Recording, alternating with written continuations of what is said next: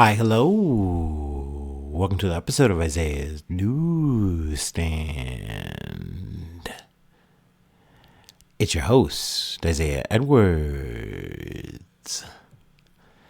The date is February the 23rd, 2026. Hopefully this episode finds you well, in good spirits and high hopes. As for me, I'm doing pretty good.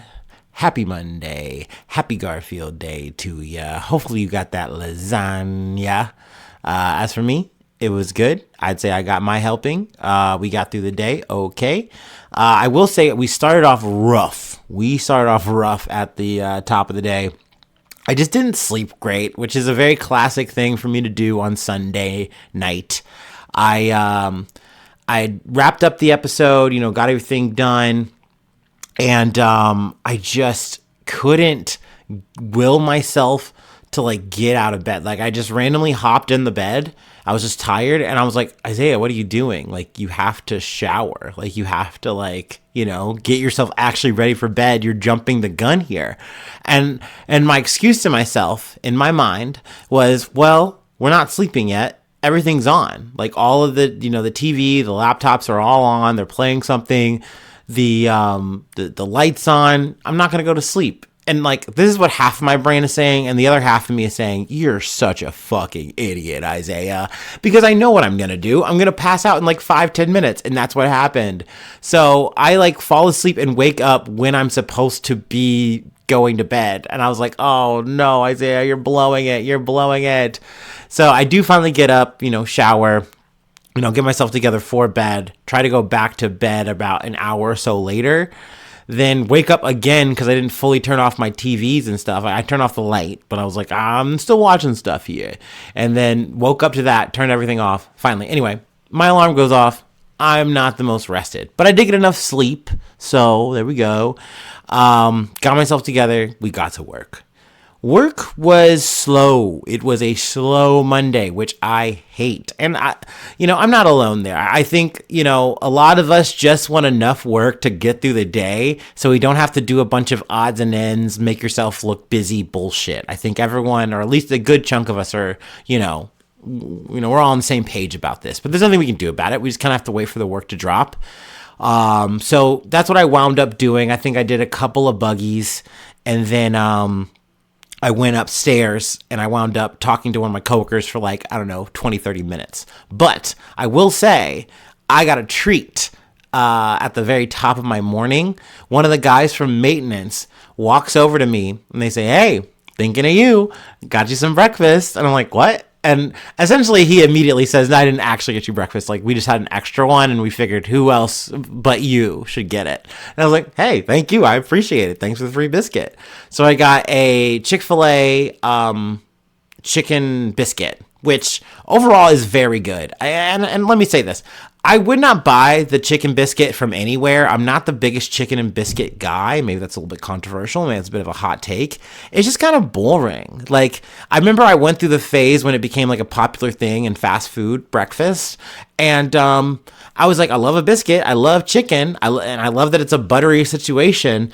But it's just so boring. And to pay any kind of money for that just makes me feel like I'm cheating myself when I could just get something that's bacon and cheese or something. That's my vibe. That's my style. So anyway, I take it. I eat it. No problem. Fast forward through the day, I was able to get back downstairs, chain enough work to stay where I wanted to be, which is in the crusher, and then we got out of there. We got out of the warehouse for the day. That was the day. Post work, we go to the gym, and it's busy. That's very typical, but I was able to get 99% of my workout in that I wanted to get done. We got on the Smith machine. We got on free weights. We did our core work, and then I got most of my filler work in for my resistance training, for my weight training, and then cut my losses there, and then just did my hour of cardio. So it felt really good. Felt like a really nice classical Monday. We take those. We came home, we did a stretch, had a snack, and now we're ready to yap. So how about that? Anyway, let's go ahead and do our startup, and let's get into some news. All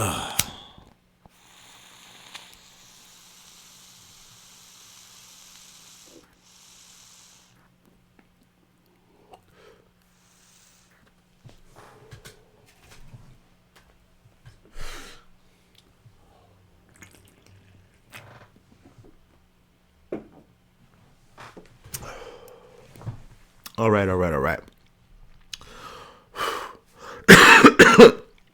I guess you could say in a way, pretty much all this episode is just going to be updates on some stories we've been covering for a while. So there's that.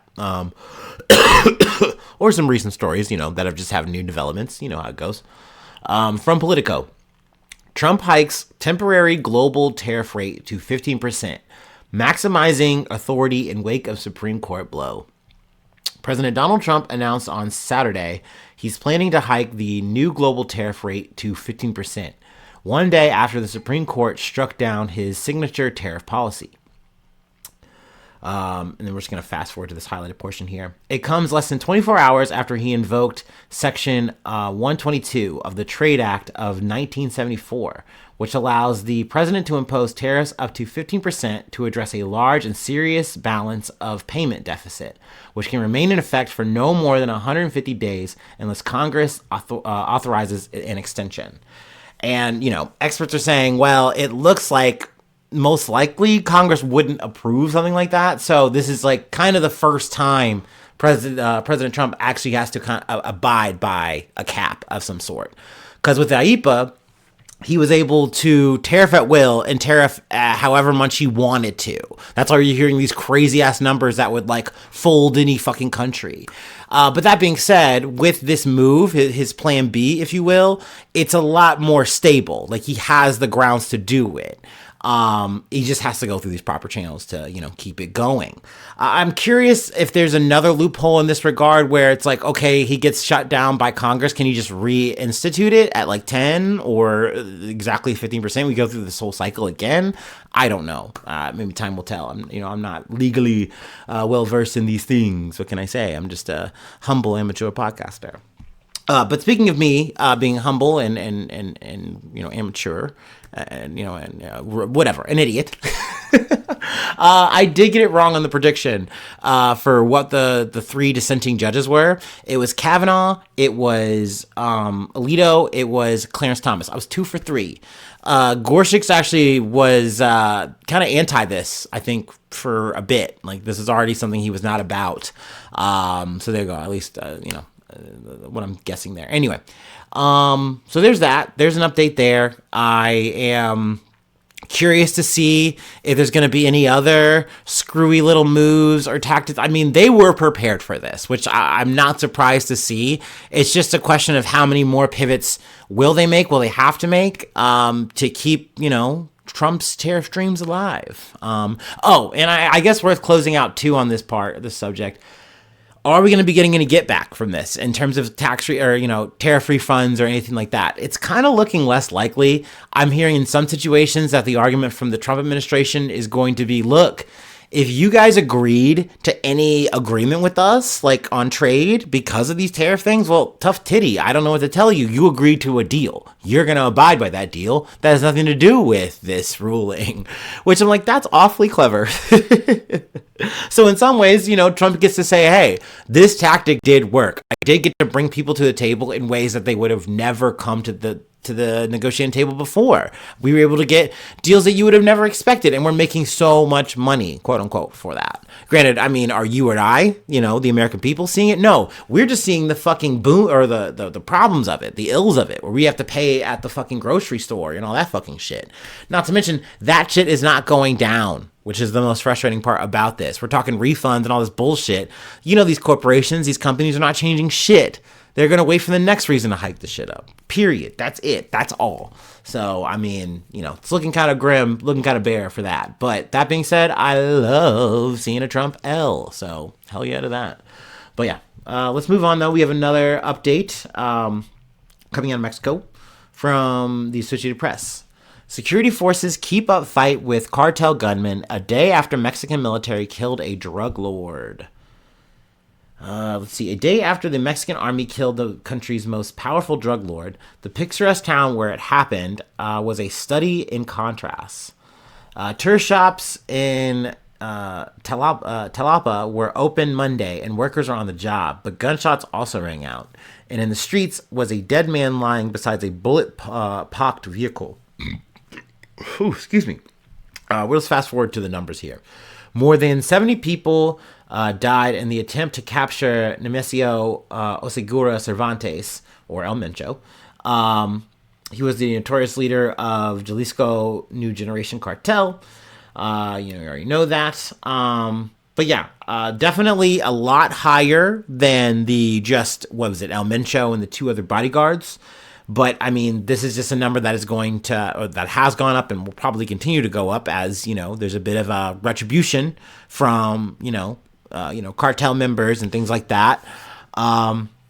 Let's see. I wanted to add, we talked about this briefly, but there's actual number to it. The organization responded to his death with widespread violence, including erecting more than 250 roadblocks across 20 states and setting fire to vehicles. So just definitely like an instant kind of chain reaction, taking place, right after this quote unquote victory. Yeah, you got the man. But you still have to deal with the fucking gang. You still have to deal with the fucking cartel. And not to mention, even when this shit dies down, they're still going to be active. There's still going to be someone selling drugs, doing violence in the country. So, I mean, I guess hopefully you've curried enough favor with the Trump administration. Hopefully, this is going to send enough of a positive message to people and they can feel like, okay, despite this new wave of violence, I am glad this guy's gone. I don't know, man. Like I said, run back the other episode if you want to get my full take on this shit, how I feel. But yeah, this is the part that sucks is when, like once again, it's not clean. Like, you didn't just get in there, get the bad guys, and then, the end, it's over. No. Like, we don't even get to, beget the new cycle yet. We still got to deal with the aftermath of this shit where more people are dying that shouldn't be dying, right? So, I don't know. I don't want to say what can you do. It is what it is. But it's feeling like that today on a Monday. All right. From The Hill. That's our next story. Also, I might reference a little bit from USA Today, but I chose to use this as the anchor here for this story. Peter Attia departs CBS News after communications with Epstein surface. Wellness and anti-aging doctor Peter Attia is leaving CBS News after communications he had with late sex offender Jeffrey Epstein were brought to light. The Hill confirmed on Monday. Attia, who built a brand and made a name for himself in media working on longevity medicine, was announced as a contributor for CBS in January, along with a slew of others hired by new editor-in-chief Barry Weiss. Let's see. News of Attia's departure was first reported by The Hollywood Reporter. In a statement to the New York Times, a spokesperson for Attia said his role at CBS News had not meaningfully begun, which I do think is kind of funny to hear this statement because I believe behind the scenes Barry Weiss was fighting hard to not let the likes of Peter Attia go because they didn't want to like back down to like woke media or woke, criticisms or whatever the fuck. It's like, brother, this dude was partying with a known sex offender. Like, what are we fucking talking about here, bro? A human trafficker. But, like, at least at the bare minimum, you got him for that. And it's crazy that you're like, no, we got to fight for guys like this. We can't back down to the mob. I think that's what it was called, man. Like, what are you talking about, dude? You should just get him out of here and replace him with another fucking shitty slimeball guy who doesn't have that on their jacket. But no, you're willing to fight for those guys. So that's cool. That says a lot about, the old Barry Weiss. Or should I say the young Barry Weiss? The young girl boss Barry Weiss. Let me put some respect on her name. Anyway, as such, he stepped back to ensure his involvement didn't become a distraction from the important work being done at CBS. The spokesperson said he wishes the network and its leadership well and has no further comment at this time. Also, now that the thought is crossing my mind, and this is not related to this, obviously Cooper to mine is not in the Epstein files or anything like that, but Anderson Cooper, I believe, is also stepping away from CBS News, and I forgot about that. But apparently, I think he was on 60 Minutes. So, hey, everybody's kind of jumping ship. They're like, bro, this shit is whack. This shit is some not what I got into type shit. And I need to leave. And then on the next thing, smoking. But for Attia, obviously different exodus for different reasons. It's kind of like he was a problem, is a problem. But let's see, a trove of files related to the Epstein case, which was released by the Department of Justice, showed Attia corresponding with Epstein and providing medical advice to him. In one email, he said Epstein might literally be one of the, if not the, most interesting people I've ever met, according to the Times. Attia is one of several prominent people in media, business, and politics who have been named in the files and has faced calls to resign from top positions in the wake of their release. CBS has separately faced increasing scrutiny from Democrats and media watchdogs over recent changes Weiss has implemented at the broadcaster and that of its parent company, Paramount. Now, the reason I wanted to highlight the CBS News article, I'm reading funky. The USA Today article. The reason I wanted to highlight that one is it has more quotes and excerpts that I'm not actually going to go through here. But a big story that popped out was something that correlated with one of his memoir or something like that. I think it's called like Outlive or something. But he had said like, hey man, I fucked up. I fucked up, okay? My kid, my baby, had a moment of being like non-responsive, wasn't breathing for like a second, eventually they were able to get him to the hospital. He was there for like days. And I left my wife alone to handle that because I was away. What I said was serious work, but it wasn't serious work. And what lines up with that is from emails with Jeffrey Epstein, where he was partying and playing around, doing God knows fuck with that man. Known sex offender, human trafficker, Jeffrey fucking Epstein. So that's wild. That's really fucked up that I guess people are getting life advice on how to live forever and ever and always from a guy like that. That's a little bit weird. But yeah, I guess that's just how it goes in the business. You hang out with some bad guys. But it is crazy too, because in this article from the USA Today, they talk about how, one of the big reasons for him, associating with him was because he needed funding. He was looking for medical funding. People were telling him like, hey, that's the guy to talk to. And he was like, yeah, through like 2014, I was talking to Epstein more or less on the premise of that. That was the main reason. Brother, it is a known fact that this man was doing what he was doing. He was a sex offender legally in 2008 and beyond. Like we have that for a certified fucking fact. And you're like, yeah, but I really needed the money though, man. This funding's gotta go so I can make people live forever, okay? All right? How else do you make a Brian Johnson? Okay, you need guys like me. Dude, this is sick fucking shit, man. So yeah, this is just one of the many people. I feel like we've covered a few of them. We have one more guy I want to cover. Actually, technically two, if I do it right.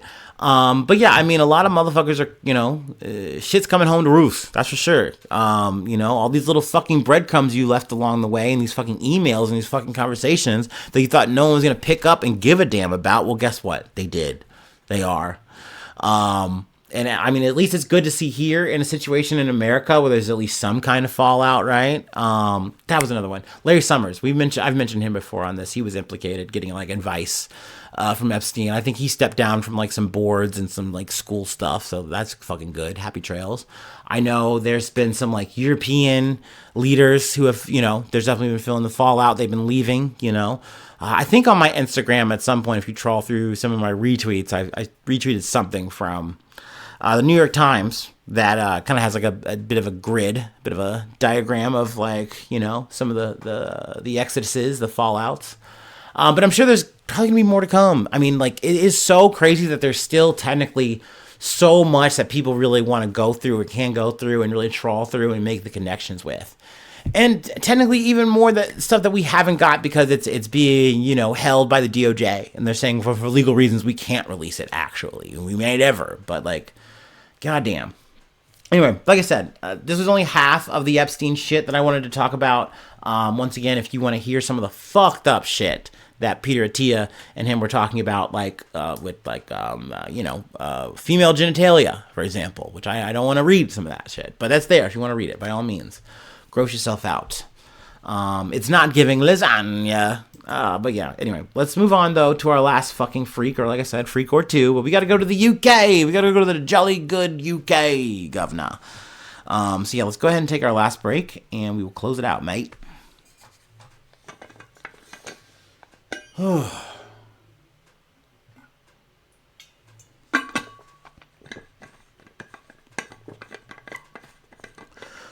something I didn't mention over the weekend, but it's been continuing all through to today.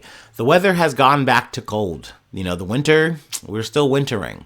Bit of snow. Got to fight to stay warm and all that. That's a thing. That's a dilemma. But so it goes. I'm not new to this. I'm true to this winter. That's for sure. At least at this point. But I keep whining. I keep complaining. But I am ready for spring. I'm ready for consistent warmer weather.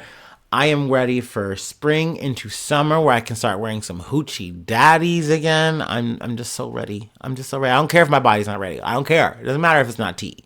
Just let me and my hot fudge body just melt in some summer heat. I'm here for that now. Okay, that's where my mind is at. Anyway, let me take this break.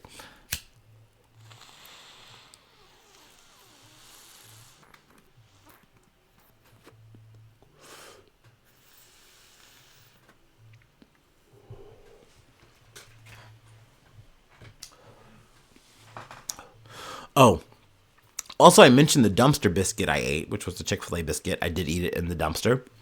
I have no shame. What else did I get? Someone literally, one of my coworkers,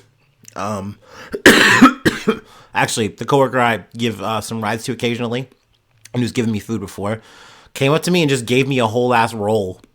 I felt like a Skyrim character for a second there. I was like, thank you. And I just started eating it. And then they came back over to me and they gave me like about a quarter, half of a cup of ramen. And they were just like, yeah, you, me, 50-50. And I was like, hell yeah, thank you. So I really appreciate that.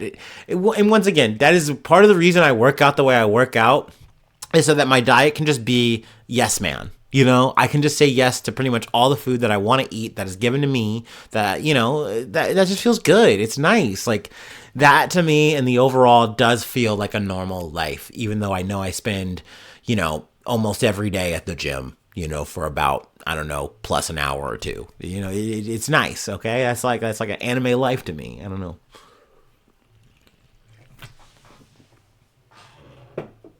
All right. Sorry. From The Guardian. Peter Mandelson arrested on suspicion of misconduct in public office. Peter Mandelson has been arrested by detectives investigating claims he committed misconduct in public office during his friendship with the convicted sex offender Jeffrey Epstein. Video footage showed the former British ambassador to the U.S. being driven away in an unmarked police car for questioning shortly after being escorted from his London home, by plainclothes officers.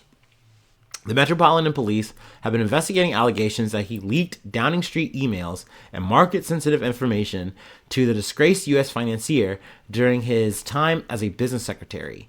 Mandelson has denied any wrongdoing.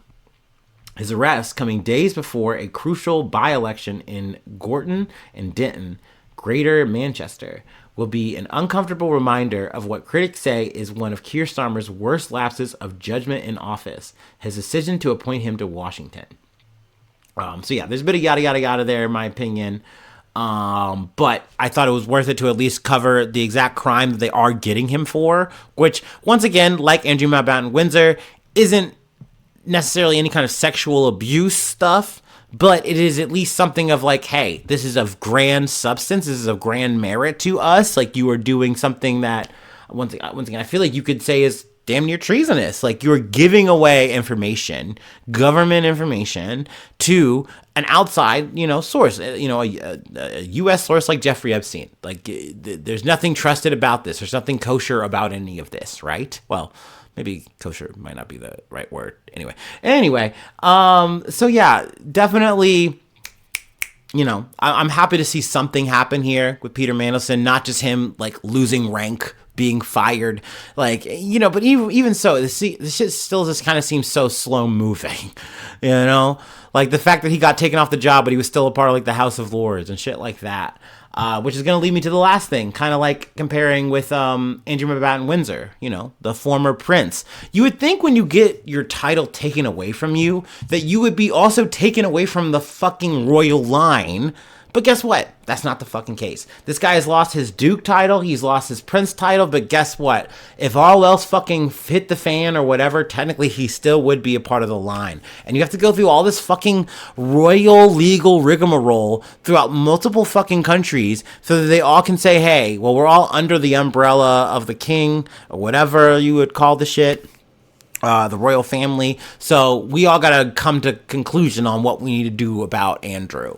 And I'm like, shouldn't this just be an instantaneous thing? Why do we have to do this? It's wild to me. And what was it? I think I was hanging out with some homies or whatever, and they mentioned this, where it's like, dude, that's the point. Like, the point is they make this big fucking show of it so that you don't think about that, and that they can still keep the ties. They still want the brother to be the brother. Okay, they still want the little prince to be the little prince. Even if he doesn't have the name, doesn't have the title, doesn't have the fucking pomp and circumstance, that's still their baby boy. And old Sausage Fingers is still defending that one way or another, even though he's saying he ain't.